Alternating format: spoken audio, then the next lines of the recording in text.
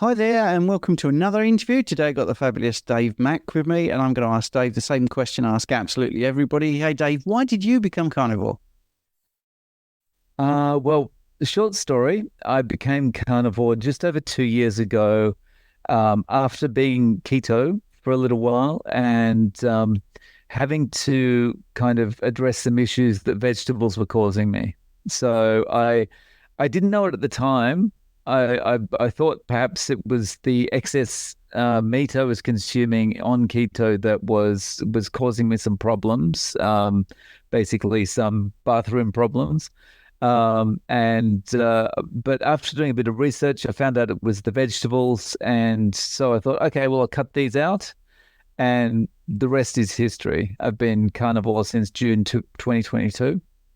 The longest story is that I met my doctor well, actually, to take a step back from that, I have been a bit of an eater all my life. So I've always been a very insecure person as I was growing up, and as as an insecure person, one of the things that I used to do is it's almost like covering my body with something, like is just eating. It was a way to, you know, give me a sense of security. So I was in unfamiliar situations or I was feeling kind of down or any of these kind of things, I would always resort to eating. And often it was comfort foods. It wasn't resorting to eating the healthiest thing I could find in the supermarket as I was growing up. So as I was growing up, I always had this. I was pretty slim, but I was slim with a belly. So as one of my viewers described it one time, I was like a pregnant chopstick. And so that's kind of how I grew up.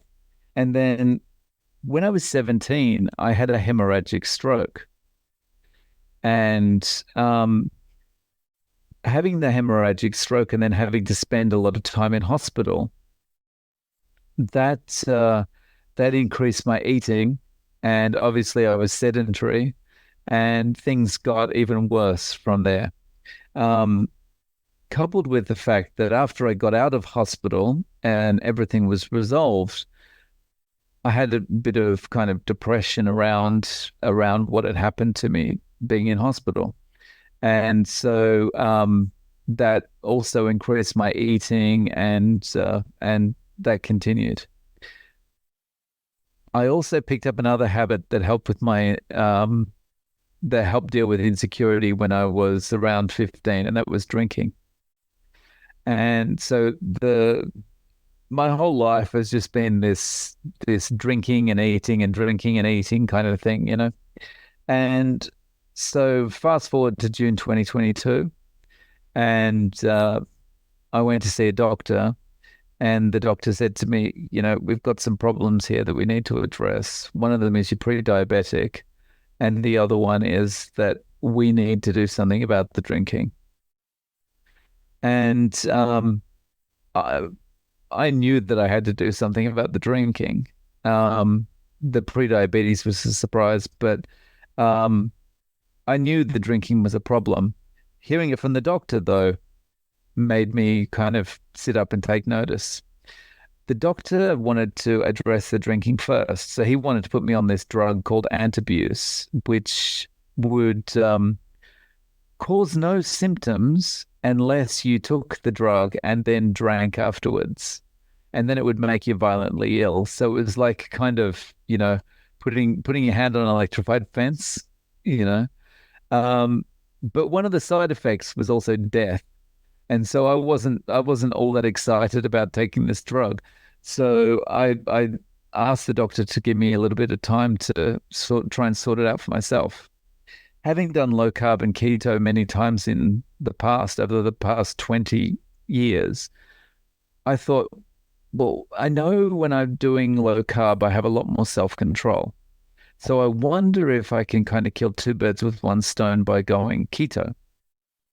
And I was very motivated because I didn't want to get another year down the track and go to the doctor and have much worse news, like, okay, you've got cirrhosis now or something like that.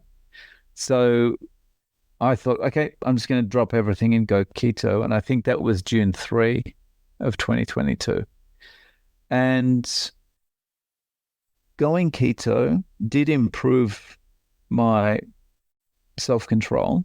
It was hard. Those first few days was, of course, hard to kind of stay away from the sugar and everything. But I managed to get through it. And one of the things that helped me get through it was kind of changing my routines up a little bit. So I wouldn't walk past the things that would tempt me, like I wouldn't walk past the convenience store and all that kind of thing.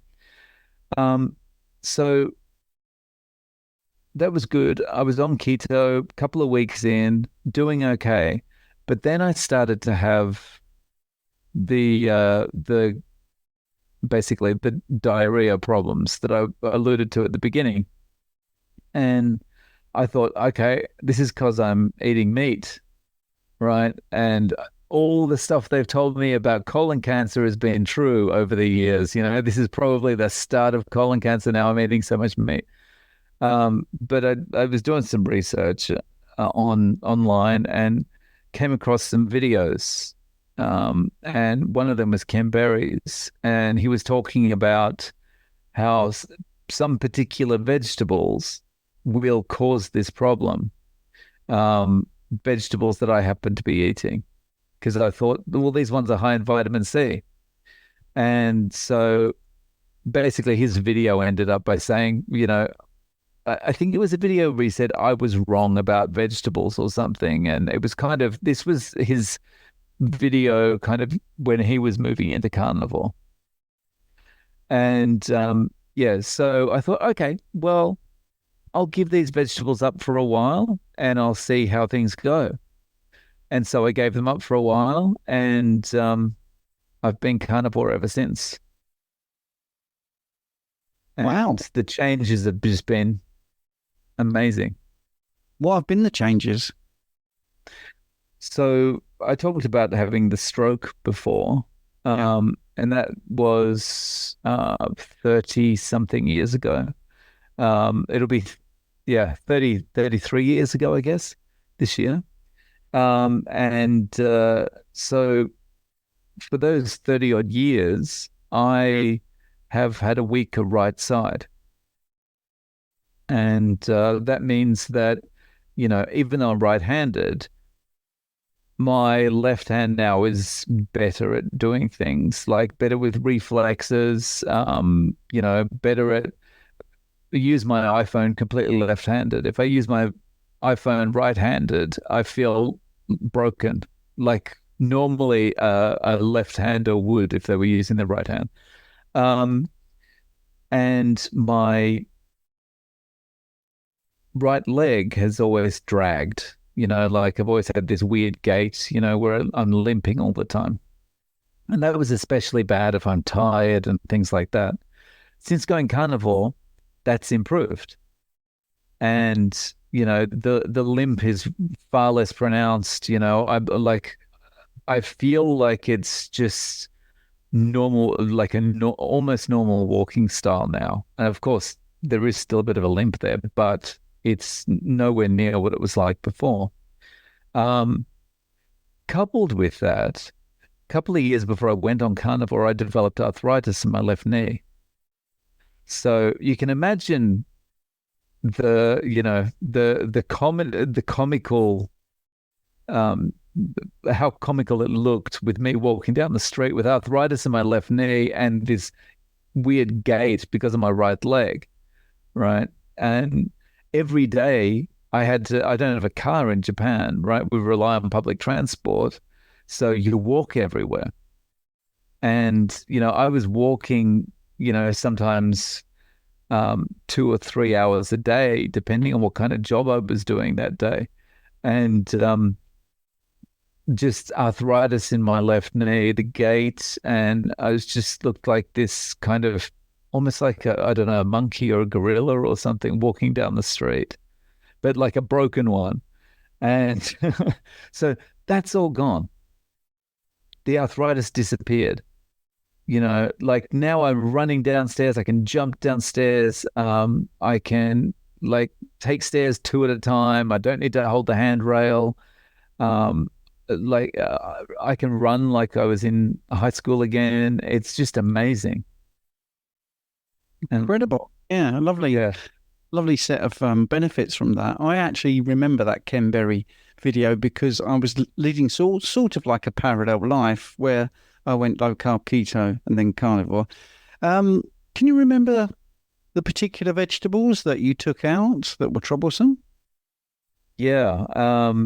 So the culprits, I think there were a few things like bok choy was one, but I think the culprits were red and yellow peppers. So I was having those because I thought, okay, well, these are going to be high in vitamin C. They're going to be great for me. I'm just going to be the healthiest. And yeah, getting rid of those, it was almost instant. The Why problem was you stopped. chasing vitamin C? I wasn't in any way educated about what I was doing. The most education I've had regarding kind of keto, low carb was reading Atkins' New Diet Revolution back in 2000, and then the occasional keto YouTube video I've seen since then. Right. So yeah, it was just you need vitamin C, right? That's what we were told. So yeah. I mean, your stroke, just for people that don't know what it is, it's a blood vessel leak in the brain, isn't it? And did you say that was at 17? Yeah, so I went to bed on a Sunday night, went to sleep, woke up on the Monday morning, and I was working at the time. Woke up on Monday morning to get ready for work, and felt like I was hungover, and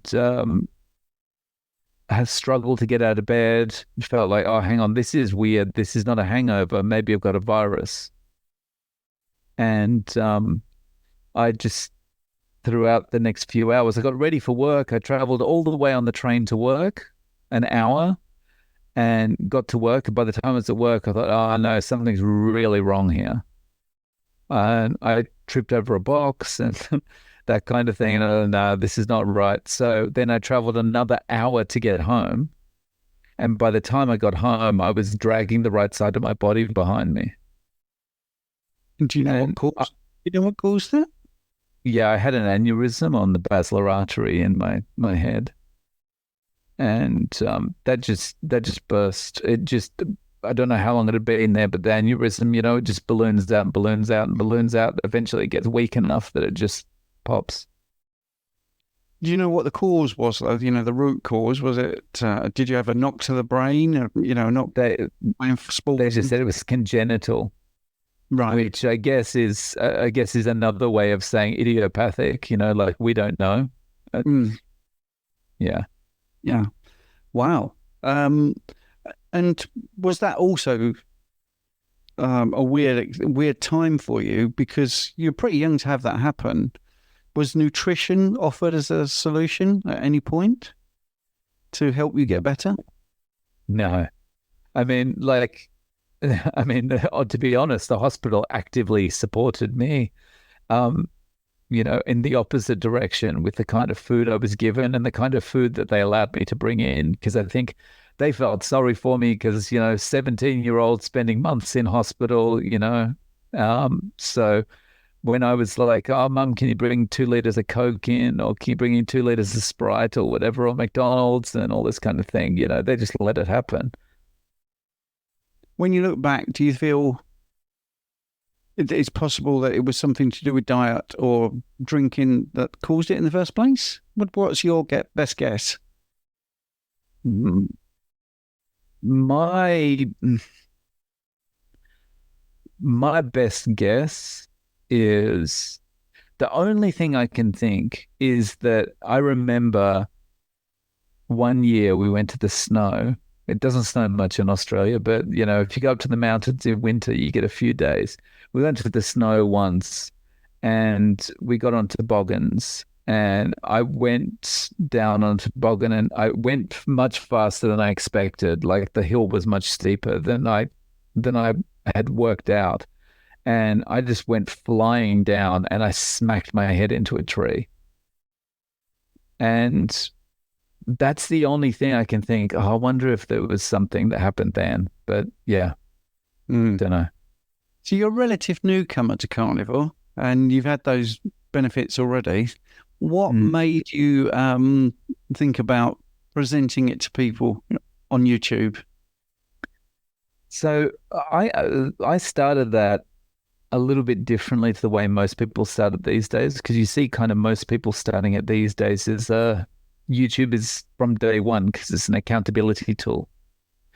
The way I started was like I was 4 months in, and at 4 months in, that's where I'd realized most of the benefits that I've gotten from carnivore. Like the arthritis had gone completely, the gait was resolved much better. The sleep was better, the brain fog was gone, everything was just like muscle was coming on without me doing anything. You know, I was just getting this vascularity in my arms I'd never had before, all this kind of thing. And I was just like starting to get angry, and like all these years, I could have been feeling so much better and feeling like, everyone else is in the same boat, they're all doing the same thing. And so I just felt like I needed to get the word out there. At the time, I just assumed, I'll probably get, maybe 10 people watching my videos. Most of those will be friends. But yeah, it just it took off after a while. Yeah, you have you have a very good channel. I like your material. I also like your little setup there. I'm guessing you're actually genuinely in a studio you've built.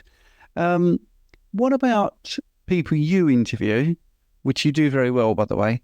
A style that I also use, which is just asking a question then shutting up. Are any particular stories of interviews that you remember and like to just recount that have amazed you about this way of eating?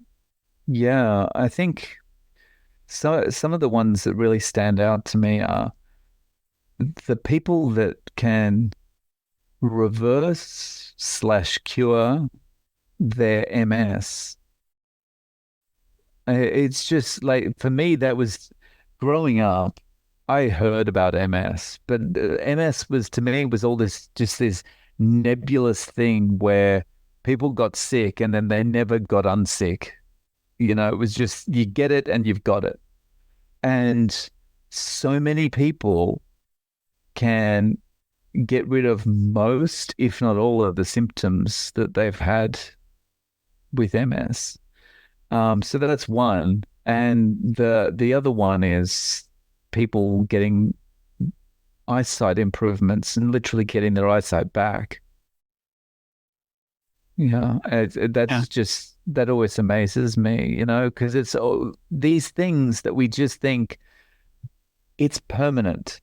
Once you have this thing, there's no going back. There's no kind of, all right, I know I've been bad in the past with the way I've been eating and drinking or doing these risky activities. I'll be better going forward if you give me my eyesight, my whatever it is back. There was nothing of that, but seems that the body is, the body works well enough and is smart enough to, once you give it the right nutrition, just start repairing itself. Yes, and I think that's the thing. The sad thing is we're told these things are progressive, chronic, you just can't reverse them. And the reason we're told that is because those people in that sphere are not seeing anyone eating the way we're eating, so they don't ever witness it.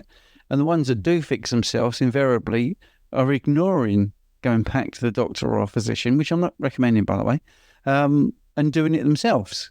Because if they do it themselves and continue to talk to the doctor, all they get is pushback, which is really sad. And MS, on my channel, I've got maybe 3 or 4 MS reversals where there's empirical data, there's MRI images, no lesions, this sort of thing.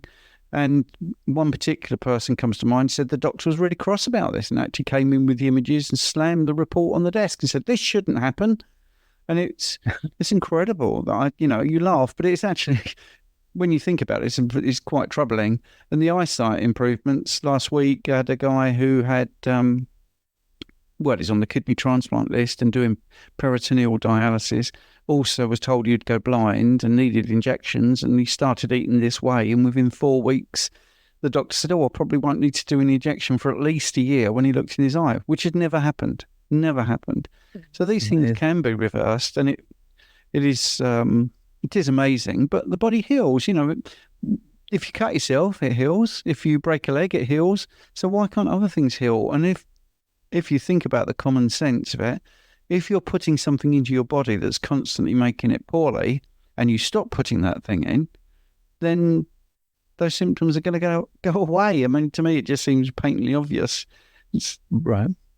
Yeah. It seems like, it's kind of a flippant comment, but it's just like, when you stop poisoning yourself, your body can start working again, right?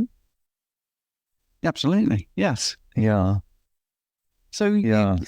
you've lived in Scotland and Australia and Japan. What do you see in the people that's different when it comes to the way they eat? I know the typical image of the Scottish person from the 80s would be getting a Mars bar and deep frying it. Right. What have you noticed? Because obviously Japan allegedly is. I mean, I've been to Japan, but I'm playing devil's advocate here. I pretend I haven't. What's the big differences between, say, the people in Germany, what they eat in Japan, and what they eat in Scotland, for instance? Okay, I can't speak for Scotland because I left there when I was 6. So, but All right. I think the difference. I think one of the big differences diet-wise, actually, between Japan and, if you talk about the West generally, Okay. is moderation or self-control. They don't go overboard. Like, if they eat a lot of crap here, but it's not like, a bucket full of crab. It's like, one thing, But I think a misconception about Japan is that they don't eat meat. And they definitely do. It has increased a lot in the last 10 years. Like, they eat more meat now than they ever have, or the last 20 years, sorry. But they've always been a big meat-eating society. Like, one of the biggest lies out there is that Okinawa is a blue zone. If we imagine the blue zones are actually a thing, they are huge meat consumers in Okinawa, and they always have been. And my understanding of the reasons it got classified as a blue zone is because when they did the survey, that was just after the war, when they had nothing. Absolutely. So, context is everything, Yeah, they have a huge tourist industry, and both the locals and the tourists quite enjoy the pork there. I think there's actually one pig for every 5 person. So Right. it's incredible. I mean, when I went, was 5 years ago. I now, maybe 6, because I wish I was carnivore when I went there, because there were so many dishes we didn't eat, which were very meat heavy, and also sort of a lot of organs and bits and bobs from the animal that I wouldn't even be able to recognise, to be frank with you. So I missed a chance there. But I would say one of the things I noticed as a tourist, I know you live there, so it is different, was there wasn't a thing about breakfast. Because when we first arrived, Jane and I thought, well, where's it out for breakfast? Well, it isn't really a concept, or that's what I noticed anyway. It isn't really a thing. There's not a breakfast place. There's not somewhere saying all day Japanese breakfast. It was quite a culture shock to me. I mean, there's many other things that are brilliant. You know, how courteous they are and how they obey the green and red lights when you're crossing the road and all that. But I found that quite amazing, that it was difficult to go out for breakfast. And also, I didn't think desserts were that big a deal when you were going out to eat as well. So I think culture plays a big role there. So it's more common for Japanese people to have breakfast at home, like going out for breakfast. That's kind of very a Western thing. And when they're having breakfast at home, I mean, they will eat bread. Like kids, they're more likely to eat bread, like a croissant or something like that for breakfast. But the traditional kind of breakfast that a lot of, you know, middle-aged to older people would have is like fish and soup and rice, and it's all little dishes, you know. Um, and yeah, the as far as desserts go, like it's not as common in the West as it is in the West to have desserts after a meal.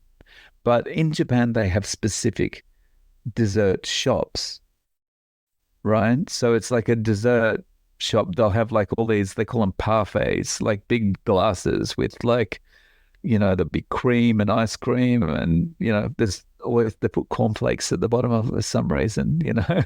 Shout out to Mr. Kellogg. But like all this kind of thing. But again, that's just like a one-time thing. Like, let's go for that once a month. There's that kind of self-control there rather than I'm passing the dessert shop. Let's go in and grab something on the way to work. Yeah. Yeah. Well, that's an education for me because obviously I was a tourist, so I wasn't at their home ever. So I assumed that they weren't having breakfast at all. But like you said, there's a lot of fish there. That was another thing. I mean, I revelled in that because up until age 50, I was highly allergic to fish and hospitalised twice when I was eating Oh, wow. fish that I didn't know was in something because it was things that I'd bought outside and, not obviously not a fish cake, but one was, it was supposed to be chicken in a sort of batter and they gave me prawns in batter. And I just took one little bite. And the next thing I know, I was in hospital. But anyway, No. the fresh fish there was amazing. And I really love the sushi bars, which I know is a bit sort of corny to think about. But I mean, do you take part in all the sushi stuff? I like it. And of course now I wouldn't have so the one with the rice, that's sushi, but like if I was gonna have it now, I'd have sashimi, which is the same thing but without the rice. Um, but where I live and where I've been working, like there's no good restaurants around where you can get reasonable sashimi, right? Because like even where I live is kind of an industrial area. So yeah, I tend not to have it. Like I don't think I've had it in the last couple of years. Right. And what's your regime then? What are you eating? And are you 2 meals a day or intuitive? One meal a day. Most times one meal a day, and it's just like 10 eggs scrambled and about 600 grams, 600 grams, like a pound of ground beef on top, and lots and lots and lots of salt. And Lots that's of it. salt. Is that Yeah. sort of virtually every day? Yeah. And then sparkling water. Right. Okay. And also since I stopped drinking coffee, hot water with salt in it too. Mm-hmm. Mm. So why did you stop the coffee? Um, a few things. I was starting to feel like it was affecting my resting heart rate a bit too much, and also sleep. I Because of the amount I was drinking, I knew that it was affecting my sleep. So yeah. Do you feel that you're still at the beginning of your journey then? Because you're quite new to carnivore, really. I think I am in some ways, like I feel like I still have a lot to learn. And and that could be just things like answering questions about, particular nutrients and vitamins for myself. Like, am I getting enough of these things? And if someone was to challenge me about them, how can I answer those questions? Things like that. So, yeah, I'm not a veteran by any stretch of the imagination. I'm just kind of muddling along and you know, hoping for the best. Like I kind of live by the mantra: if my body is telling me that things are going okay, then they're going okay. And do you get much pushback from your videos that is a bit upsetting, or do you miss most of Um, that? look, I get pushback sometimes. Most of the time, the pushback I tend to receive, like YouTube does a good job of filtering the nasty comments out. I think YouTube's pretty good at identifying, even if someone's not swearing or saying anything particularly bad. YouTube seems to be pretty good at filtering out, like finding out what the actual meaning of something is, and going, hang on, this is, pretty bad. So I'm going to put that into quarantine. Um, Most of the negative feedback I have is people on Twitter. What I find on Twitter is actually like the influences from kind of, I don't know, you want to call it I wouldn't say it's all the vegan influences. It's all the kind of ethical vegan influences, the ones that probably hate us because, they don't think we should be eating meat at all for any reason. Um, so like, and some doctors who are very anti-carnivore, it's almost, and it's like they become kind of mean girls on Twitter. So, but as much as possible, I just try and stay out of that. Like I try and, for the most part, I try and kind of go on the way I started, which is just like, this is what happened to me. This is my story. And also, these are other people's stories as well. Yes, I mean, I'm not a fan of the way X works, or as you call it, Twitter, which most people still refer to it as. Um, there is a level of nastiness which is quite unbelievable at points. But if you want free speech, then you have to take Right. the rough with the smooth. I'd rather that than not be able to say anything. So, I totally agree. Yeah. yeah, I'd rather someone was able to say nasty things than everyone have to watch what they say and, yeah, yeah. self-censor. Yeah, I mean, the thing that always gets me at the nub of all of this is if someone is saying I'm ethical, I'm a vegan, I don't kill animals. I say, but you do. I mean, it's just a fact. You have to kill animals to get your plants to grow. I grew veg in my own garden and potatoes when I believed all the high carb stuff, and it was like Fort Knox. Seriously, I was out there every day. Oh no, I've got white fly. Oh, it's green fly. Oh, I've got to put this netting over that, and I've got to put this chemical on to stop that happening. And it was just constant, absolute constant. And then you've got bugs in the soil that are causing your carrots to do certain things. And yeah, I can't believe anyone can actually believe they're vegan and not killing any animals at all. It just is beyond belief. And today on X, there was somebody justifying glyphosate and saying, it's not that bad. And both myself and Dr. Tro actually, I think, spotted an error here and said, okay, well, you drink a glass, because they said vinegar is worse. So, I think I saw that. yeah, A and I lot of said, people must have been retweeting that. Yeah. yeah. And I just put, right, okay, I'll drink a small glass of vinegar every day, and you drink a small glass of glyphosate every day for a week. Tell me how you get on. They won't. So I think that's the thing. A lot of the rubbish on X, you put your common sense hat on and think that makes no common sense whatsoever. And the big one for me is, like I say, vegans thinking, oh, I can eat this guilt free. No, you can't. The animals die. That definitely happens. Um, did you ever think, in your 20s that you would be a YouTube influencer and on X and upsetting people with your opinions? No, I mean, when I was in my 20s, there was no such thing as YouTube. So I was like, that would never have crossed my mind. But when I first heard about YouTube, and I would never have thought that I'd be on YouTube talking to people. And yeah, but it's been, I think, I don't know. I think this is the same for most people. You kind of have this idea of how your life's going to go, and it never really goes that way. you think, okay, well, I'm doing this. I'm going to get a mortgage, and I'm going to get this job, and I'm going to study this, and I'm going to that, and this is how everything's going to work. And 20, 30, 40 years later, you look back and you think, well, I started going in that direction, but it didn't really work out that way, but it's worked out for the better.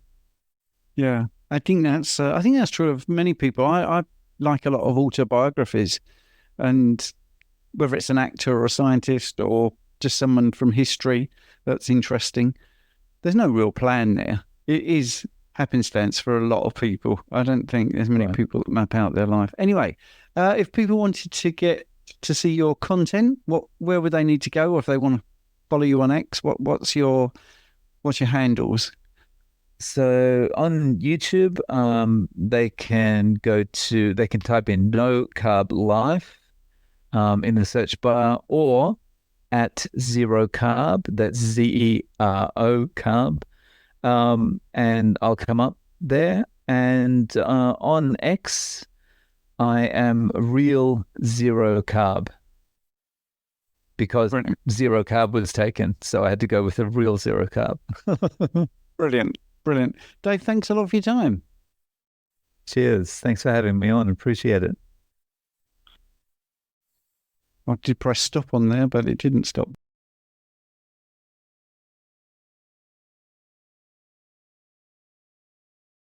Thank you for watching the video. It's much appreciated. If you haven't already subscribed, then please make sure that you do that before you go.